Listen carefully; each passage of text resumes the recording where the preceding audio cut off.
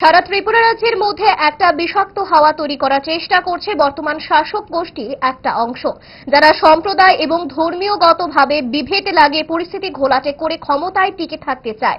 শরীফুল হত্যাকাণ্ড তাদের কর্মকাণ্ডেরই একটা অংশ, এই কথা বললেন বিরোধী দলনেতা জিতেন্দ্র চৌধুরী। শনিবার ইন্দ্রনগরে শরীফুল ইসলামের বাড়িতে গেলেন বিরোধী দলনেতা জিতেন্দ্র চৌধুরী। সঙ্গে ছিলেন সিপিএম কেন্দ্রীয় কমিটির সদস্য কৃষ্ণ রক্ষিত, সদর মহকুমা সম্পাদক অমল চক্রবর্তী সহ অন্যান্যরা।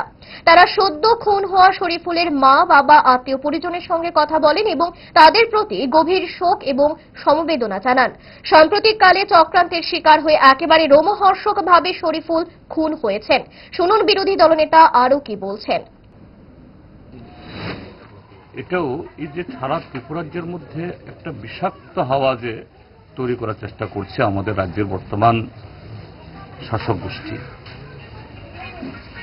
শাসক গোষ্ঠীর সকলকে আমি দোষারোপ করব না, এটা তার মধ্যে একটা অংশ, যারা সম্প্রদায়গতভাবে ধর্মীয়ভাবে নানাভাবে এই বিভেদ লাগিয়ে পরিস্থিতি ঘোলাটে করে যারা ক্ষমতা টিকে থাকতে চায় এবং সমস্ত আখের গোছাতে চায়, এটা তাদেরই কর্মকাণ্ডের একটা অংশ হিসাবে আমাদের এটা মনে হয়েছে। দৃঢ়ভাবে পুলিশের উপরে আমরা সে অনুরোধ জানাবো এবং চাপও রাখবো যাতে শরীফুলের মা বাবারা তার সঠিক বিচার পান।